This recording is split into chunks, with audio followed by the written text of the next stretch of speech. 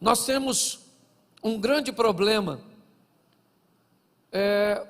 permeando a nossa sociedade num todo: o descredenciamento, a perda da credibilidade. Isso é algo que não vem de hoje, já há algum tempo nós ouvimos e vemos a desconstrução da credibilidade de diversas instituições. Hoje, quando nós olhamos para a instituição política partidária, nós olhamos com descrédito imenso. E alguns de nós chegamos ao extremo de dizer que não há sequer um político honesto. Sabemos que isso não é verdade. Provavelmente ainda existe muitos, mas nós não sabemos onde eles estão. Hoje, quando olhamos, por exemplo, para a nossa instituição, que tem por missão guardar a nossa sociedade, ou seja, a nossa polícia, seja na esfera militar, civil ou federal, nós temos basicamente níveis diferentes de comprometimento. Quando olhamos hoje para a polícia militar, praticamente ela está totalmente descredenciada. Se nós olharmos para a polícia civil, talvez olhemos com melhores olhos. Se nós olharmos para a polícia federal, talvez isso melhoraria. Inúmeras instituições ou estruturas, por exemplo, de profissionais liberais, hoje, seja pedreiro, eletricista, encanador, certo? Funileiro e outras coisas. Nós estamos vivendo um ambiente de perda de credibilidade, onde basicamente ninguém mais tem crédito. Nós estamos vivendo num ambiente religioso a perda da credibilidade dos líderes. A cada dia que passa, envolvimentos, histórias, homicídios, falcatruas, adultérios, divórcios. E existe um propósito: descredenciar. E quando isso é feito num ambiente religioso, ainda é mais prejudicial. Então, olhar hoje para a nossa sociedade e procurar cristãos verdadeiros já é um problema para muitos. Muitos opositores à fé que professamos utilizam o comportamento de cristãos ou de crentes para justificar a sua distância da igreja, do ambiente religioso. É muito importante nós entendermos isso, porque é contra isso que nós estamos lutando. Basta uma pandemia, que na verdade é global, mas, por exemplo, basta um ambiente chuvoso e algumas outras situações para que pessoas já enfrentem e sejam vencidas pelas dificuldades. Pautado nisso, no domingo eu falei sobre diminuir os erros e buscar a santidade. Eu falei sobre ser santo, entrar num processo de santificação. Eu mostrei que aquele que peca é escravo do pecado, e para você diminuir seus pecados, você vai precisar mudar de senhor. O pecado não pode mais ser seu dono, e para você trocar de senhor, alguém precisa te comprar, porque um escravo não pode libertar a si mesmo. Então Cristo vai à cruz e derrama seu sangue para nos comprar do pecado e nos fazer verdadeiramente livres, onde temos a opção de servi-lo ou não. Enquanto estávamos presos no pecado, o pecado nos obrigava a cumprir os seus desejos, mas agora que pertencemos a Cristo, nós temos a opção, pois Cristo não nos obriga a vivermos uma vida de santidade. Foi mais ou menos isso que eu mostrei. Mostrei porque erramos, não conhecendo as Escrituras e nem o poder de Deus. Mas hoje, eu quero falar sobre dois probleminhas muito sérios, que a maioria de nós enfrentamos na hora de sermos cristãos de verdade: o medo e a vergonha. São dois grandes opositores à nossa fé. Todas as vezes que nós somos expostos ao perigo, todas as vezes que temos a sensação que podemos perder alguma coisa, que se expressarmos a nossa opinião num ambiente corporativo, onde nós vamos expor a nossa fé, podemos perder o emprego, podemos perder a possibilidade de ascensão, de crescimento, podemos ser interpretados como pessoas que não sabem viver de forma coletiva, em alguns ambientes, mas não no nosso país, ainda até mesmo a possibilidade de perder a sua própria vida. Eu tenho vídeo no meu celular de duas mulheres indo com seus filhos, crianças que não tinham mais de 3 ou 4 anos, escoltadas por homens armados, e eles matam a mulher e as crianças a tiro. Se você tem coragem de ver, depois eu posso recuperar o vídeo para te mostrar. É que eu não posso passar no telão. Mas para dizer a você que em muitas situações o medo é algo muito real para muitas pessoas. Chegou ao Brasil agora um missionário que nós ajudamos, e ele provavelmente ainda vai passar aqui antes do final do ano, antes do ano virar, e vai mostrar um pouco do que tem acontecido, do que tem visto. E às vezes, expor a sua opinião numa sala de aula pode fazer com que você seja perseguido por um professor. Então, o medo, muitas vezes, de expor um posicionamento cristão verdadeiro, ainda é um dos grandes desafios. Nós temos em alguns outros ambientes a vergonha, para não ser feito motivo de chacota, para que não façam brincadeirinhas, para que não te exponha. Muitas vezes você opta a não dizer na escola, a não dizer no meio dos seus amigos, a esconder de algumas pessoas porque você se envergonha. É um grande desafio. O ambiente que nós estamos vivendo é cada vez mais desafiador.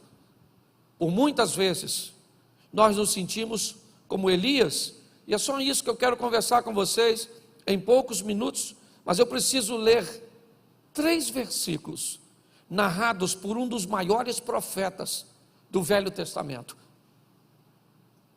Um homem extremamente corajoso, um homem que viveu coisas extraordinárias ao lado de Deus. Mas eu preciso que você leia, coloque para mim, primeiro livro dos Reis, capítulo 18, verso 22. Capítulo 18, verso 22, primeiro livro dos Reis. Então disse Elias ao povo: só eu fiquei por profeta do Senhor, e os profetas de Baal são 450 homens. Capítulo 19, verso 10.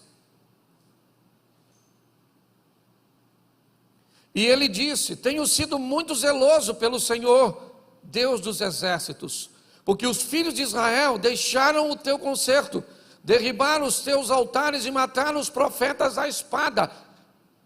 E eu fiquei só, e buscam a minha vida para me tirarem. ainda no capítulo 19, no verso 14. E ele disse: eu tenho sido extremamente zeloso pelo Senhor Deus dos exércitos, porque os filhos de Israel deixaram o teu concerto, derrubaram os teus altares e mataram os teus profetas à espada. Só eu fiquei e buscam minha vida para me atirarem. Feche seus olhos neste momento. Senhor nosso Deus e Pai, em nome de Jesus, queremos continuar ouvindo a tua voz. E fala conosco, Senhor, que teu Espírito tenha liberdade de agir, que todo medo, ó Pai, porque o verdadeiro amor lança fora todo medo, que toda vergonha, que tudo aquilo que não provém de Ti, ó Pai, saia do nosso coração, e que a coragem, que a segurança, que vem das Tuas mãos poderosas, tomem a nossa vida, tome o nosso posicionamento, em o nome de Jesus. Amém. Glória a Deus. Amém? Isso. Para você entender o que está acontecendo, ainda no capítulo 19, no verso 18, olha só o que Deus vai falar. Também eu fiz ficar em Israel 7.000, todos os joelhos que não se dobraram a Baal, e toda a boca que não o beijou.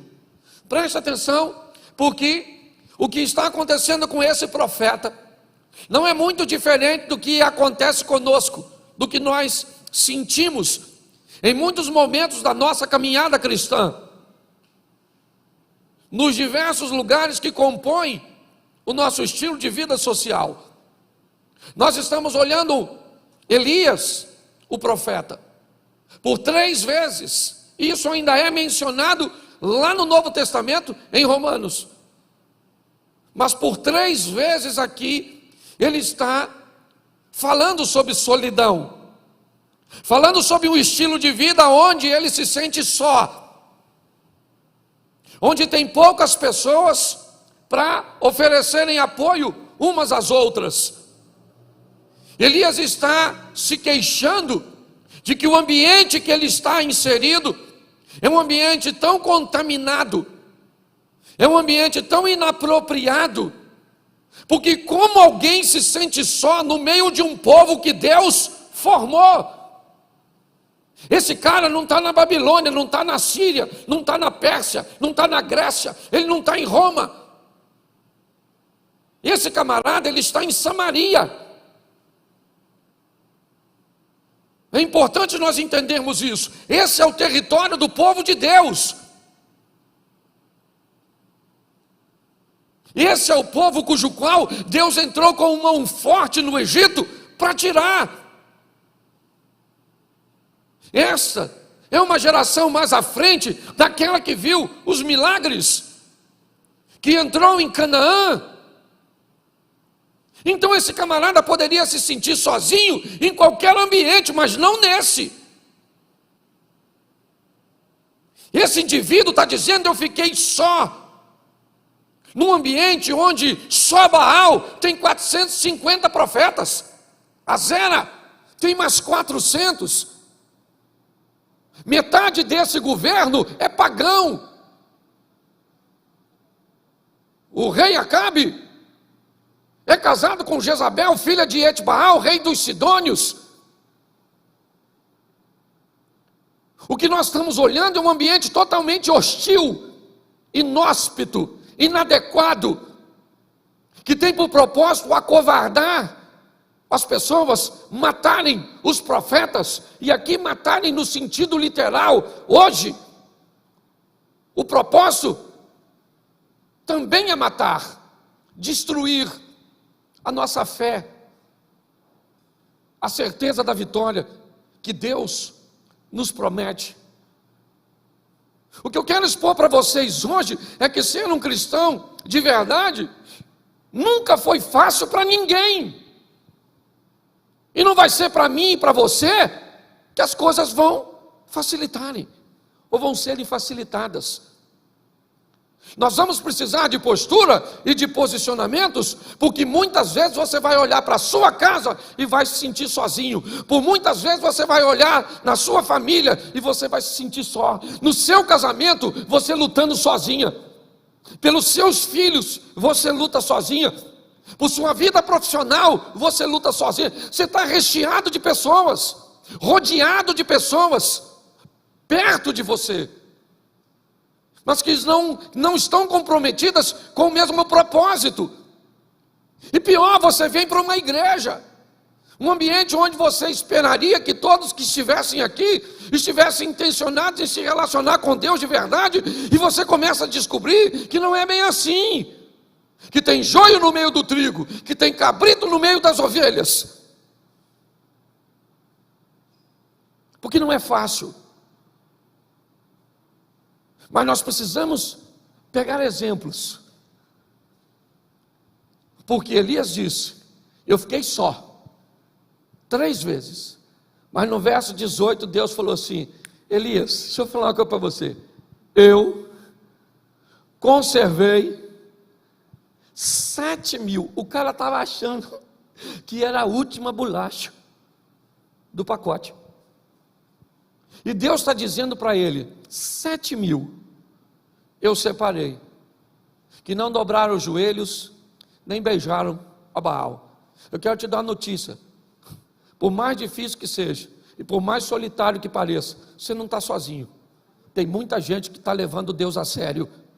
Tem muita gente que ainda está na igreja levando Deus a sério. O que você precisa é ser, em todos os ambientes onde estiver, um pouco mais criterioso e seletivo, para observar um pouco mais de perto as pessoas. Porque se você não fizer assim, inevitavelmente, já você vai descredenciar a igreja. É você que vai tirar a credencial da igreja. Por isso que muitas pessoas hoje optam por ser cristãs dentro da sua própria casa. Eu não preciso estar na igreja. Mas por que, cara? Se a igreja é um ambiente tão legal, mas não foi legal para mim. Minhas experiências foram ruins. Então eu preciso mostrar a você rapidinho histórias facílimas, exemplos simples, fáceis de entender. Eu não vou nem mais mexer no texto ou nos textos para ganharmos tempo, mas preste atenção. A terra está corrompida, o comportamento das pessoas são totalmente contrário aos princípios de Deus. Mas naquele ambiente onde Deus está intencionado em destruir tudo, Ele acha um homem. Noé achou graça aos olhos de Deus. Deus olhou para aquele homem, mas numa sociedade, pois é, naquela sociedade, Deus achou um camarada que estava disposto a levá-lo a sério. E Deus, essa é a grande questão, através daquele indivíduo, Deus vai montar uma estrutura. Com quanto? Vamos lá. Noé, sua esposa, Sem, Cão, Jafé e suas 3 esposas, 3 filhos, 3 noras e o casal. Deus vai mudar a história com 8 pessoas. Mas preste atenção, que tipo de pessoas eram essas? Que tipo de envolvimento elas eram capazes de obter, de se dedicar? Sabe qual é o grande desafio hoje? Nós temos medo porque convivemos com pessoas erradas. Nós temos vergonha porque convivemos em ambientes errados. Muitas vezes, se você estiver num ambiente que não é para você estar, ou você vai se comportar como as pessoas que estão lá para agradá-las, ou você vai ficar lá com um comportamento totalmente oposto, um peixe fora d'água. Esses dias um grande amigo meu fez aniversário, e eu não podia deixar de ir, e eu não podia chegar no começo. Ia ser um almoço, eu não podia ir no almoço, eu tinha um compromisso, e eu tinha que chegar lá por volta de 3, 4 horas da tarde. Cheguei em casa de viagem, tomei um banho e fui no compromisso, no aniversário do meu amigo. Não podia deixar de ir, o cara é meu amigão. Quando eu cheguei com o carro no sítio, a música já dizia mais ou menos o que estava acontecendo no ambiente. A música já falava para mim: Cláudio, o que é que tu está fazendo aqui? Eu falei, e eu respondi para mim mesmo: eu vim dar um abraço no meu amigo. Menino, eu cheguei. Ó, até o cachorro estava bêbado. A mulher bêbada, os homens bêbados, tudo mesmo. Eu olhei e perguntei de novo para mim: Cláudio,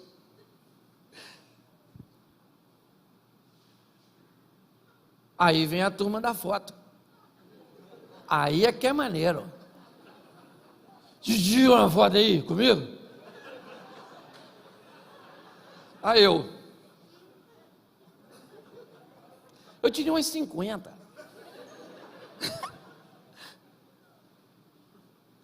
Pelo menos 3 desses 50 jogou cerveja em mim.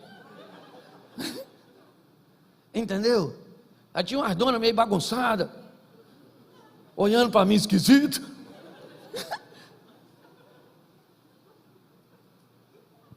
Querido, deixa eu falar uma coisa para você. Eu dei um abraço ao meu amigo e ele estava tão bêbado que eu acho que ele nem sabe que eu fui. Talvez vai descobrir se assistir isso. Aí eu cumprimentei, dei um abraço, comi um pedaço de carne, fiz aquilo. Fiquei uns 30, 40 minutos, onde a maior parte foi de foto.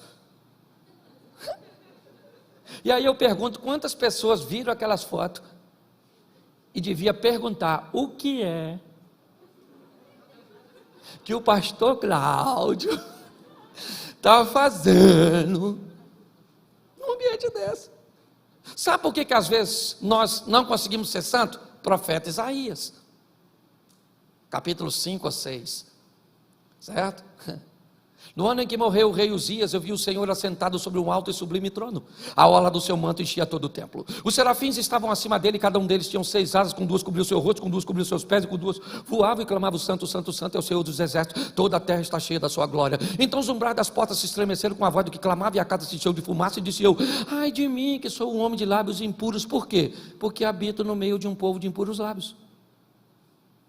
Ele disse: eu me tornei alguém de lábios impuros, porque comecei a conviver com gente que não deveria conviver. Mas às vezes para sermos agradáveis, sim, às vezes para sermos politicamente corretos. Esses dias um cara falou assim: pastor, vou falar uma coisa para o senhor, já falei isso aqui. Ó, pastor, vai ter uma festa lá em casa, e eu tenho um montão de parente assim, ó, que não é cristão, pastor, até gosta muito do senhor. E aí, pastor, se não tiver uma manguaça, eles não vão. Entendeu? São gente boa, mas bebe. E eu estou querendo assim fazer uma festa. E olha só, pastor, eu queria que o senhor me autorizasse. Até 11 horas, ninguém bebe nada. Depois de 11, lá no cantinho, preparei lá uma caixa de cerveja só, pastor. É só 4 pessoas que bebe. O que o senhor acha? Eu falei: fantástico. Fantástico, genial, certo? O senhor botou num cantinho a caixa de cerveja, os seus parentes vão lá, a gente boa, depois de tal hora, certo? Você vai respeitar, eles vão beber.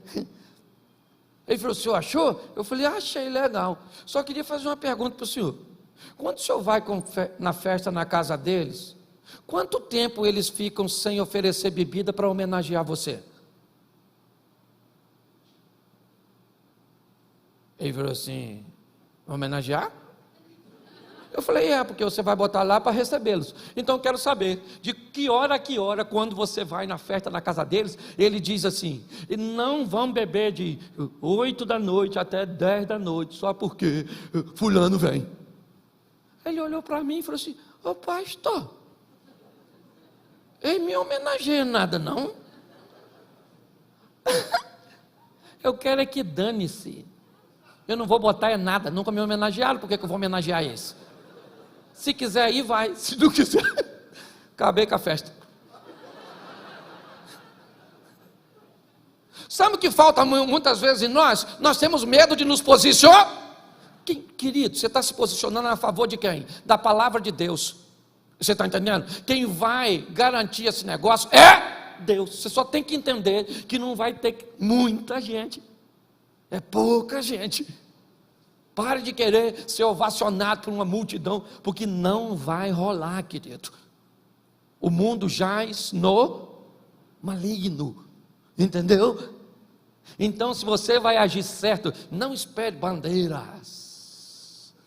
Não. O negócio que vem é perseguição, então é pouca gente. Presta atenção. Olha como é que as coisas funcionam. A Síria invade Israel e pega uma garota. Quantas garotas? Uma! Não podia levar uma menina? Uma. E leva para a casa de Naamã. E na casa de Naamã a menina está sozinha. Sozinha. Não tinha amiguinha para orar com ela, não tinha ninguém para ler a Torá com ela, não tinha. Lá era pagão. Era Rimon, você está entendendo? Que governava. Ela trabalhava naquela casa, e naquela casa, sozinha, ela resolveu se posicionar com Deus, e Deus fez um milagre naquela casa, curando o seu Senhor. Mas ela estava sozinha. Quantos de nós reclamamos? Estamos sozinhos no trabalho, lá não sei o que, e lá é aquilo, não sei o que, minha chefe é a bruxa, o meu chefe é chefe não sei. Qual o problema, querido? O nosso Deus é maior do que tudo isso. Só está precisando de um posicionamento nosso, porque onde nós chegamos com Deus, o negócio toma um vulto de fé. É assim que funciona. Mas nós precisamos ter coragem e entendermos que um cristão verdadeiro, ele não precisa estar na igreja e no meio de crente para ser cristão. O texto diz que Deus olha para o ambiente onde Noé está inserido, e o negócio estava difícil, mas ele achou alguém naquele ambiente corrompido que resolveu viver. Uma menina é levada cativa para Síria e faz todo um movimento. Você pega, alguns meninos em particular são levados para a Babilônia. Pouca gente, basicamente 4 não se dobraram diante da estátua. Inúmeras vezes nós podemos imaginar que muito mais do que 4 rapazes são levados dali para cativeiro, o que indica provavelmente que os outros dobraram seu joelho, adoraram. Mas aqueles rapazes resolveram se posicionar.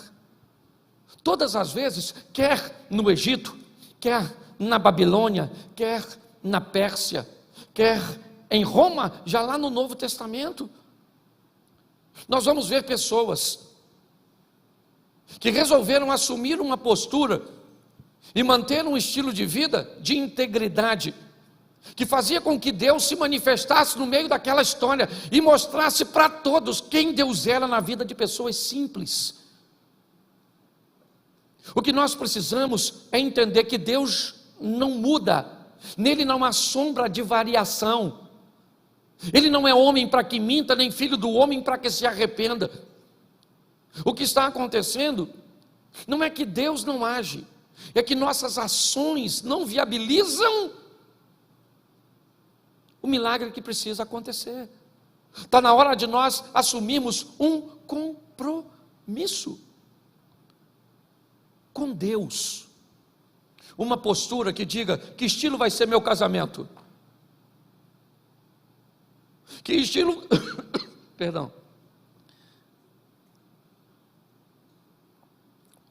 como vai ser meus negócios? Como é que é a minha caminhada de fé? Ninguém é bobo, gente. Ninguém é bobo.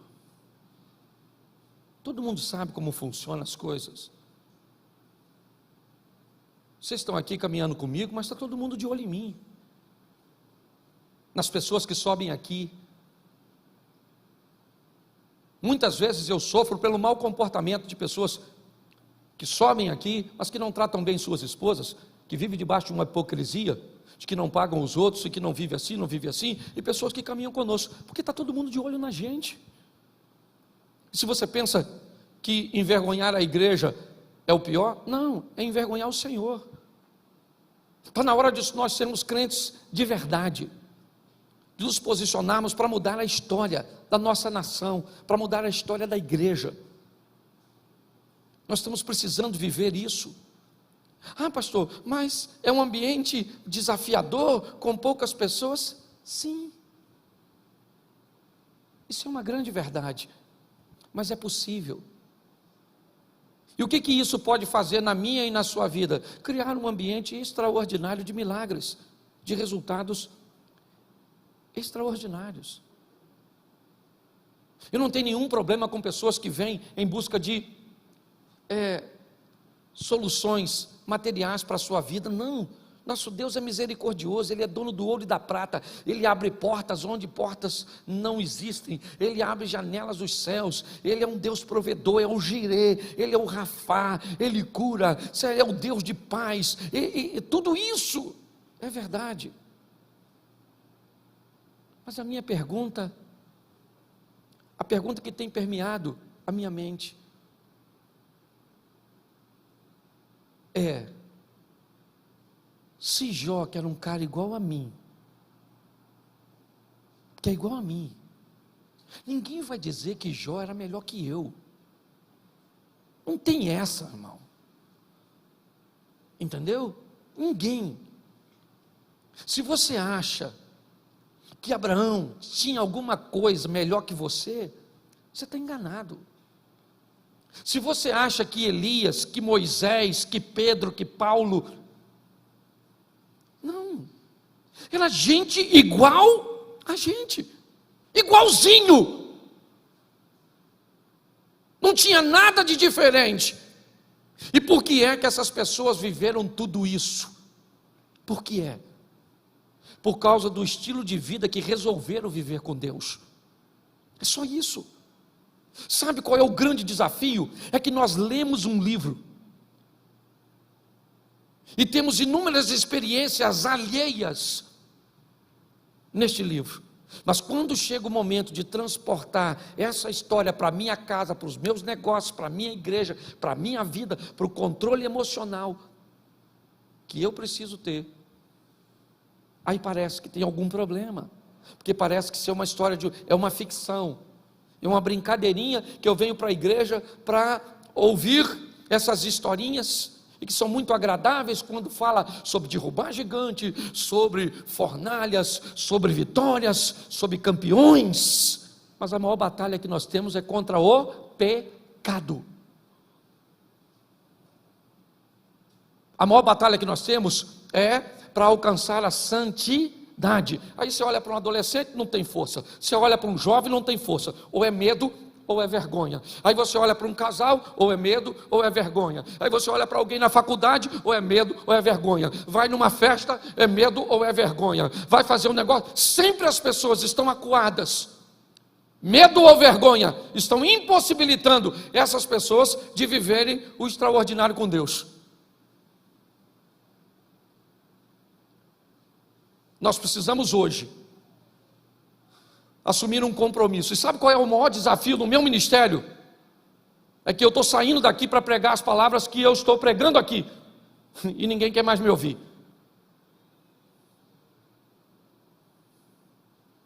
Eu tenho provado isso em alguns lugares por onde tenho passado. Foi só eu parar de ser engraçadinho, de contar uma historinha engraçada, e eu já virei um cara chato. E eu falei isso com Deus. Falei, Senhor, pô, estou a fim de botar o povo para cima, contar uma historinha, e não está rolando mais. Você sabe por quê? Porque nós estamos em última hora. Jesus está voltando. E antes da gente ir embora, Ele está querendo nos dar uma oportunidade de vivermos o extraordinário. Você tem que sair daqui, querido, para pegar seu casamento e botar ele assim. Mas pensa naquele casamento que sua mulher vai olhar para você e vai falar assim: caraca, maluco, menino, o que foi? Você nasceu de novo? Que homem é você? Que isso? Vou botar até mais 3 alianças? Hã? É seu marido olhar para a senhora e dizer: pastor, Jesus está voltando mesmo. A mulher está cara, parou de brigar. A mulher está doce, que eu estou até estranhando, pastor. Não sei se é eu que vou morrer ou ela. Olhar para seus filhos e dizer: gente, que menino inteligente, obediente, limpinho. Que menino educado, bem mandado. Que sogra é essa, Jesus? Onde estava essa mulher que eu não vi? Que mulher extraordinária, isso tinha que ser minha mãe. Não era a mãe da minha mulher. Hã? Pensa. As pessoas olharem seu patrão, seu chefe, e dizer quem é você? De onde você veio, rapaz? Chegando no horário, proativo, alta produtividade. Mas sabe o que acontece? A gente chega, a pessoa olha e diz assim: aí, ó, chegou. Seu pai chegou, menino. A paz acabou. Os meninos estão aí? Tá, por isso que está tudo bagunçado desse jeito. Sua mãe está aí, não está? Pare para pensar. Está na hora de nós vivemos um incrível, extraordinário. Sei que tem pouca gente. Esse montão de gente que está aqui ouvindo, e até tem muito mais talvez na internet, se é que não saíram, uma maioria quando me ouviram falar, porque o assunto não é tão interessante. Pergunto eu, dá para ser cristão de verdade? A pergunta é essa: dá para ser? Dá para fugir do pecado? Dá para olhar e vai dizer: quem olhar para mim vai ver Deus na minha vida? Você sabe o orgulho que eu tenho desse negócio? Eu estou chegando em casa cansado, um camarada parou, abordou minha mulher lá em casa, quando eu estava chegando hoje. Um caminhão, e eu doido para entrar em casa. Minha mulher falou: quer falar com você. Eu falei: quer entregar alguma coisa? Não sei, quer falar contigo. Aí eu abri o portão: oi, pai, estou cá. Nossa, estou tão feliz de ver o senhor. O cara quase chorou. 2 homens. Desceu do caminhão para tirar foto comigo, me abraçou. Falou da importância das palavras que a mulher dele ouviu, que ele ouviu. E ele foi embora.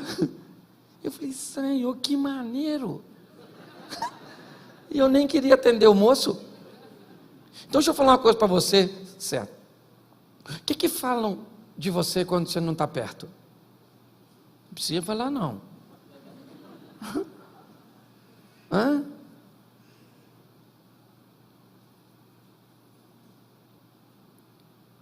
Eu acho que nós precisamos nos posicionar. Cristãos de verdade, cristãos verdadeiros, eles têm medo, sim ou não? Sim ou não? Claro que tem! Eles têm vergonha? Sim ou não? Sim. Mas eles têm que vencer o medo e mostrar quem é Deus. É isso que nós vamos ter. Tem hora que tem que ter medo. Esté está lá diante de um problemão, e ela está com medo, porque a vida dela está em jogo se ela aparece perante o rei não recebê-la com um cetro, ela pode morrer. Ela está amedrontada, mas é o povo de Deus que está em risco, mas ela tem medo mesmo assim. Então seu tio a encoraja e diz: quem sabe não foi para este momento que Deus colocou você onde você está. Ela então se posicionou e o milagre aconteceu. Deus está esperando só você entrar dentro daquela casa sua, no meio daqueles amigos seus, e dizer: se continuar mandando essas fotinhas no grupo, eu saio. Não vou sair. Porque onde eu vou arrumar outro amigo? No inferno. Lá tem. Entendeu? Assim o de amigo. Não vou, acabou. Esse tipo de negócio não vou fazer. Mas eu tenho que fazer, porque se eu não fizer, eu não vou fazer, querido. É contrário aos meus princípios, é contrário aos meus valores. Mas se eu não fizer, eu vou levar prejuízo, eu posso acontecer isso, acontecer aquilo. Bom, se você vai viver com Deus e acha que para agradar a homens você vai ter portas abertas, porque Deus não é capaz de abrir portas que homens fecham, você não sabe quem é Deus. Se você não é capaz de entender que uma mudança sua, obedecendo a Deus, pode pegar o coração do teu filho, do teu marido, pode pegar aquela enfermidade que tem matado tanta gente e fazer com que o milagre aconteça dentro da sua casa, você não sabe quem é Deus. Está na hora de tomarmos a responsabilidade e mostrar para essas pessoas, porque a mídia e essa estrutura estão tentando descredenciar a igreja, estão querendo difamar, e muitas vezes, infelizmente, até com histórias bem verdadeiras. Mas nós precisamos de um posicionamento. É isso. Onde? Na Babilônia, e não na igreja. Ser crente na igreja é moleza. Difícil é ser crente lá, no batalhão, campeão, lá no meio das polícias. Difícil é ser crente lá no seu ambiente de trabalho, lá na faculdade, lá na aula de filosofia, lá onde você estuda. O desafio é exatamente esse, porque aqui é mole. Quero ver pegar você, isola você e coloca você como colocou a menina, na casa de um leproso, num ambiente totalmente hostil, e lá naquele ambiente a menina resolveu viver com Deus, e o milagre aconteceu. E eu tenho o hábito de dizer isso: a lepra daquele cara não pegou naquela garota, mas a fé daquela garota pegou naquele cara e mudou a vida dele. É isso que nós, agora não, se nós negociarmos, todo mundo vai saber, porque o diabo manda fazer, mas não guarda segredo. Todo mundo vai saber. Talvez você não vai ficar sabendo que todo mundo sabe, porque o propósito dele é te envergonhar. Por que o diabo faz todo mundo saber que você é de um jeito, mas ele permite que você não tenha noção do que as pessoas sabem a seu respeito? Porque se você descobrir que todo mundo já descobriu que você é uma fraude, que você é fake, você corre o risco de mudar, e é isso que ele não quer. Por isso que grande parte das pessoas fala quem somos, não para nós, mas para os outros. A igreja precisa não de mais pregadores. A itinerância está acabando. Pregadores itinerantes. Eu não sei se você lembra, mas alguns anos atrás você passava na Washington Luiz, na Avenida Brasil, e era outdoor espalhado por todos os lados com congressos, expondo 4, 5, 10, 15 preletores. Hoje a gente passa e não tem mais. Sabe por quê? Eu te falo. Homens que saem do púlpito e vão beber cachaça e uísque. Homens que saem do púlpito e vão para prostíbulos. Homens que só sobem no púlpito se receber ofertas astronômicas. Homens que sobem em púlpito e tratam as pessoas que o recebem de qualquer maneira. Homens que sobem para dizer coisas que eles não vivem. Fala de dinheiro, mas não oferta nem dizima. Homens que vão fazer turnês pelo Brasil afora de 20, 30 dias e deixam suas esposas.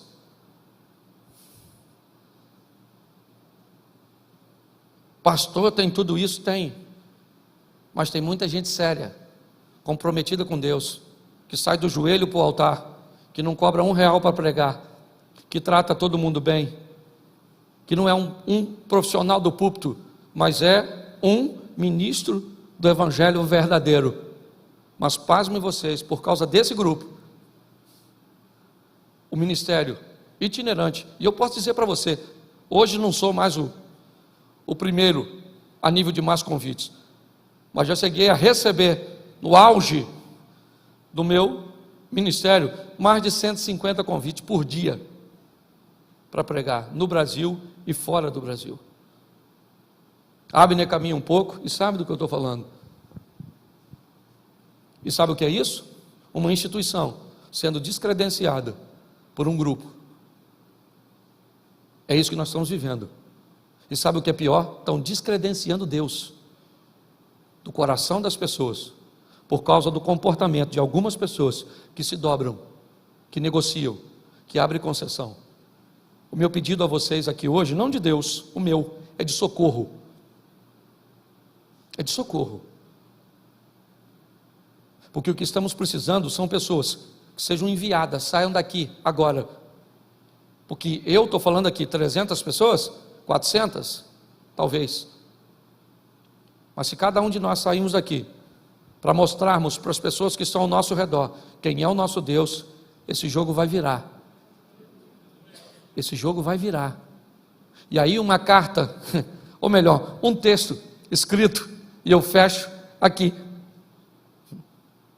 Bem interessante, do profeta Malaquias, do capítulo 3 e o 10, nós usamos muito para falar de oferta, mas eu gostaria de lembrar os irmãos, que não tem problema nenhum falar de oferta nesse texto, mas é só lembrar que esse texto estava sendo direcionado para os sacerdotes e para a liderança. Mas no final desse texto, põe para mim aí, campeão, Malaquias, capítulo 3, verso 17.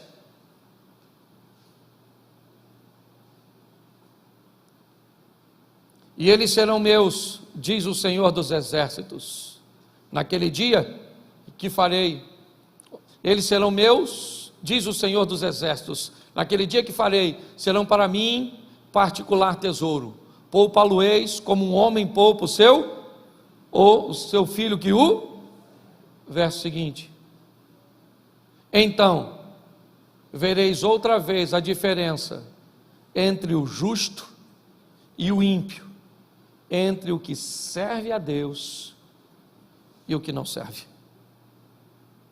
Deus não vai tolerar. E Ele pede de mim e de você uma mudança de postura. Isso tem ardido no meu coração. E pode ter certeza que aquilo que eu prego aqui, em primeiro lugar, eu procuro aplicar na minha vida.